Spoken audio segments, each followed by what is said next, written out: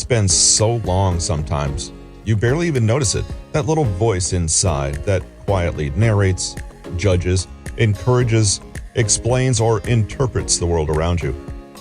Though you may recognize the concept of an inner voice from self-help literature, the fact is, there's nothing abstract or mysterious about this inner chatter.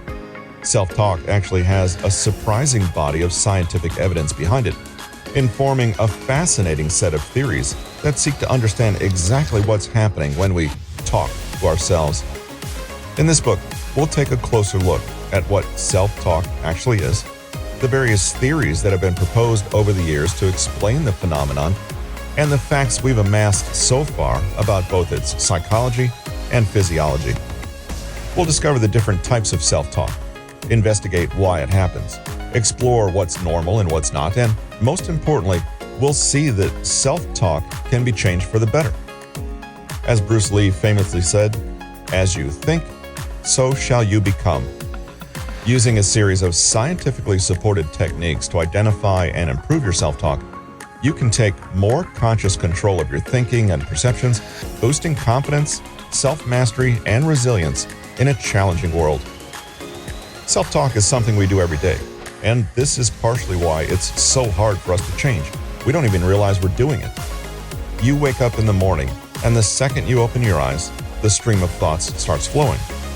What day is it? Oh, right, Tuesday. I mustn't forget that appointment this afternoon. God, I have such a bad memory. Why am I such an idiot all the time? I bet I'll forget it. Typical. I'm always doing things like that. Oh, look. It seems like it'll be a sunny day today. That reminds me, I have to get my mole scan done at some point. But what if it's cancer? But it's not going to be. I mean, it might be. That'd be just my luck. Great Aunt Matilda had skin cancer, I think. If I die of cancer, who will look after my kids? That would literally be the worst thing I could think of. But what's the point in getting it checked out? Doctors are all useless. Oh, that reminds me. You may not do all this every day, but you likely do some of this some days. Self-talk is that stream of conscious, ongoing internal dialogue that runs inside our minds, affecting every aspect of our lives, from our moods to our behavior, to our self-confidence, to our appraisal of risk and reward. It's the constant conversation we have with ourselves. It can be neutral and mostly observational. Oh, right, it's Tuesday. Or filled with criticism, pessimism, doom, and gloom. I shouldn't try that. I'm not good enough. Often, all of the above become inseparable from the objective truth of a matter. Our inner self-talk is the built-in narrator that runs alongside our lives, playing over everyday activities and in the background of every action or decision we make. This narration colors the entire tone of our lived experience, telling us how to interpret both good and bad experiences and how to understand ourselves and our place in the world. It amounts to a narrative we tell ourselves, and this narrative is solidified well before we become adults. Importantly, self-talk can be unconscious or conscious, negative or positive, beneficial to our lives or working entirely against our best interests.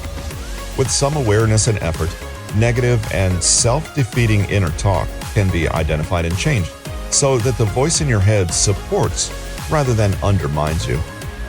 There are three primary types of self-talk. The most obvious type is negative self-talk, and the thought stream above is a prime example. These pessimistic interpretations, judgments, accusations, complaints, and catastrophic predictions leave us feeling awful.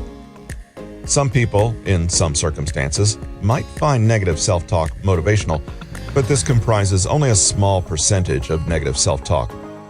They said I can't do this, I'll prove them wrong, versus I'm not good enough to do it, so I just won't try. This is your inner self-critic who always sees the glass as half empty